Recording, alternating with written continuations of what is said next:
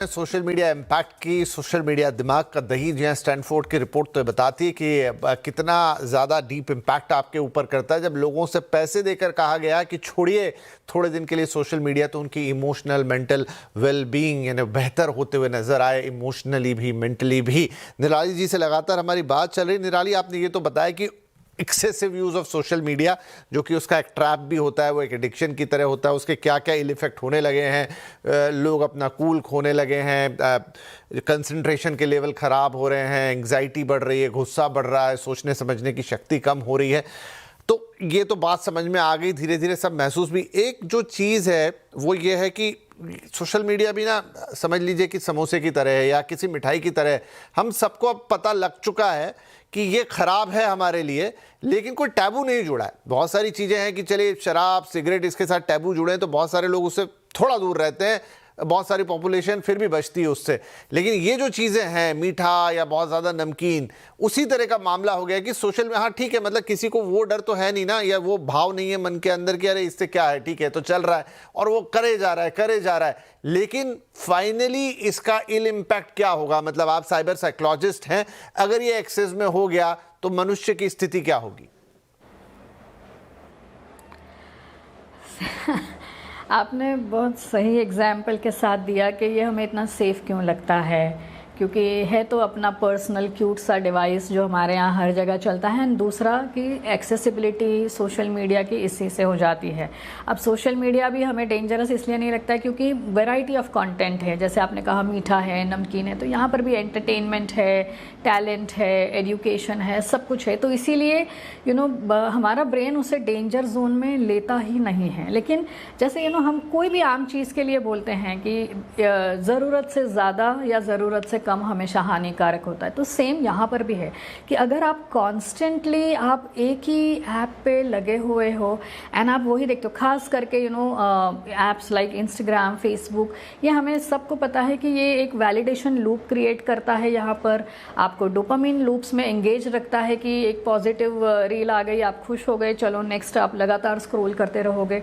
Overall आपको इस तरह से बांध के रखता है कि आपका ब्रेन रिवायर हो जाता है, आपका कॉग्निटिव एबिलिटी कम हो जाता है, आपकी टॉलरेंस कम हो जाती है, आप धीरे धीरे डिपेंडिंग ऑन आप किस तरह का कंटेंट में फंसे हुए हो, आप डिसेंसिटाइज भी हो जाते हो। तो ये लिस्ट बहुत ही लंबी है कि क्या गलत हो सकता है। अब ये तो इमोशनल चीज़ें हुई, इवन फिजिकली ओबेसिटी, क्योंकि आप हमेशा एक अपने कोजी कॉर्नर में बैठ के आप इस पर कंटिन्यूसली काम कर सकते हो। सो ओबेसिटी की प्रॉब्लम्स बढ़ रही हैं, ड्राई आई सिंड्रोम्स बढ़ रहे हैं, पोस्चर को लेके इश्यूज हो रहे हैं, बॉडी इमेज को लेके कितने सारे इश्यूज हो रहे हैं। सो गिनती बहुत लंबी है।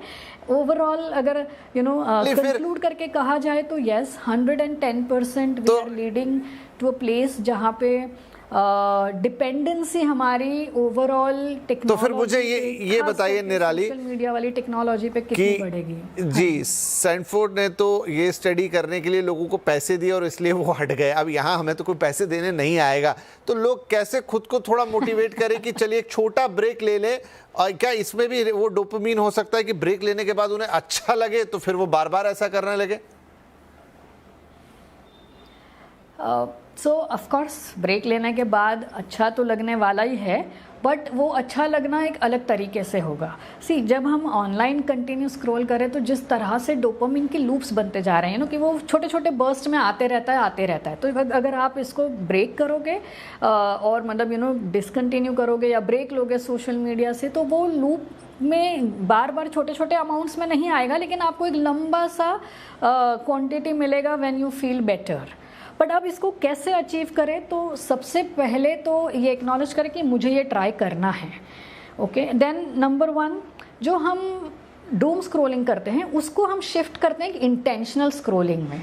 तो आप जैसे स्क्रॉल करना शुरू करो, एक 5 सेकंड का पॉज लीजिए और खुद को पूछे कि मैं एग्जैक्टली क्या देख रहा हूँ। Am I looking at entertainment, am I looking at education, am I looking at creativity, जो भी आप उस पर स्क्रॉल करें। तो ये जो पॉज है ये एक कॉन्शियस ब्रेक देगा आपको, ताकि आप मीनिंगफुल या इंटेंशनली स्क्रॉल कर सको। दूसरा रेमेडी ये कर सकते हैं कि बैन या स्टॉप अगर हमने किया तो ब्रेन की क्रेविंग बढ़ जाती है, तो रैदर हम इसे डिले करते हैं। सो डिनाई की जगह लेट अस डिले इट, कि अगर आपको अभी अर्ज हो रही है, आप अपने आप को रोकिए कि चलो 10 मिनट में कर लेता हूँ, तो तब तक आप कोई और एक्टिविटी करिए तो अर्ज ऑटोमेटिकली रिड्यूस हो जाती है। तीसरा आप ये कर सकते हो कि आप थोड़े समय के लिए वो ऐप्स को होम स्क्रीन से हटा दीजिए, ताकि आपको एक एक्स्ट्रा एफर्ट लेना पड़े उन ऐप्स को बार बार खोलने के लिए। तो आप अपने लिए ये भी ट्राई कर सकते हैं। सो ऐसे टेक्नोलॉजी में ही छोटे छोटे स्टेप्स हैं जो हम शुरुआत कर सकते हैं। And once you reach a stage जहाँ पे अब आपका बैलेंस धीरे धीरे रिस्टोर होने लगा है कि मैं कितना सेल्फ कंट्रोल रख सकता हूँ इस पर, देन आपको वो डोपामिन हिट्स मिलेंगे which are much more productive and long lasting effects वाले। चलिए, कोशिश तो सबको करनी चाहिए, क्योंकि कई लोग तो निराली मुझसे ये भी, अब समय मेरा समाप्त हो गया, नहीं तो और बात मैं आपसे करता, कि ये भी बोलते हैं कि उन्हें फोमो होता है, मतलब जब वो रील्स देख रहे हैं या यूट्यूब पे वीडियो देख रहे हैं तो वो कई बार कंज्यूम करने के लिए उनके पास टाइम नहीं होता, उसे सेव कर लेते हैं जाके कि अभी नहीं, बाद में देखूंगा कि ये दोबारा आएगी नहीं आएगी, मिलेगी नहीं मिलेगी। तो इस लेवल तक वो एंगेजमेंट बढ़ गई है, लेकिन उसे कहीं ना कहीं ब्रेक करना होगा।